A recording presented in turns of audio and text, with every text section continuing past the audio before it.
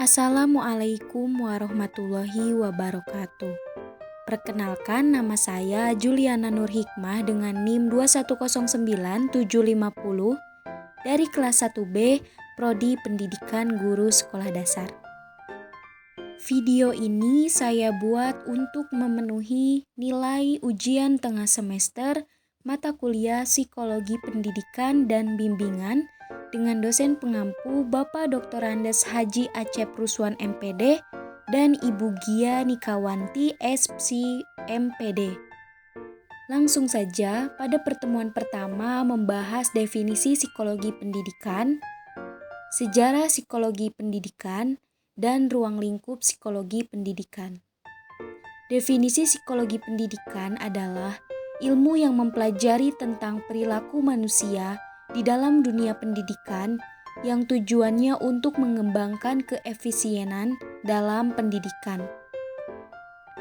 Lalu, sejarah psikologi pendidikan dimulai perkembangannya pada awal abad ke-18 yang ditandai dengan adanya penelitian psikologi yang dikhususkan memberikan dampak besar terhadap berbagai teori dan praktik dalam pendidikan.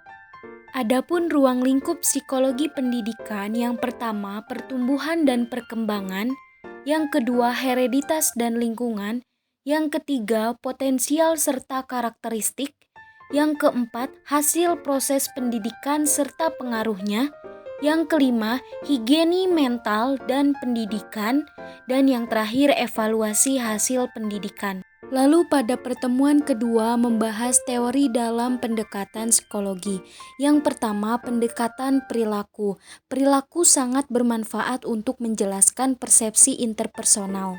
Yang kedua, pendekatan psikodinamika. Unsur utamanya adalah motivasi, emosi, dan aspek internalnya. Yang ketiga, pendekatan humanistik. Pendekatan ini bersifat multifaset terhadap tingkah laku manusia. Yang keempat, pendekatan kognitif. Pendekatan ini berfokus pada berpikir dan berproses. Yang kelima, pendekatan sosial. Pendekatan ini dilakukan di dalam rangka menjalin komunikasi. Dan yang terakhir adalah pendekatan biologi. Selanjutnya pada pertemuan ketiga membahas aspek-aspek perkembangan anak. Yang pertama, aspek perkembangan kognitif, yaitu mengamati dan memecahkan masalah sederhana. Yang kedua, aspek perkembangan fisik, yaitu perubahan pola pertumbuhan fisik dan karakteristik pada anak.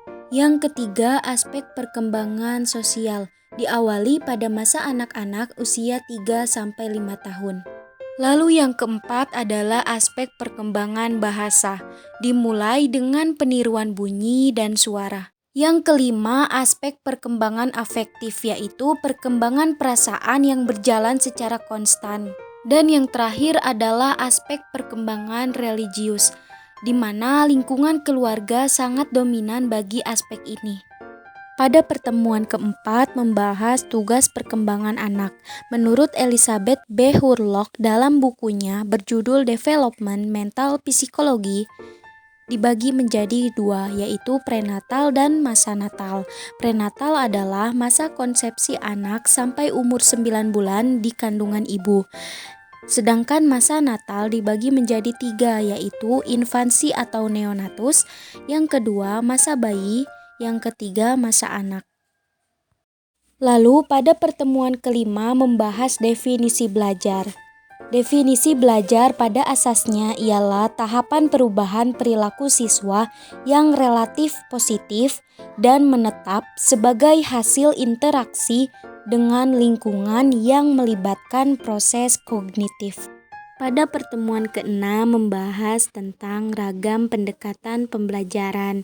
Yang pertama, pendekatan kontekstual, yang kedua, pendekatan konstruktivisme, yang ketiga, pendekatan deduktif, yang keempat, pendekatan induktif, yang kelima, pendekatan konsep, dan yang keenam, pendekatan proses. Nah, di pertemuan ketujuh membahas mengenai teori-teori belajar.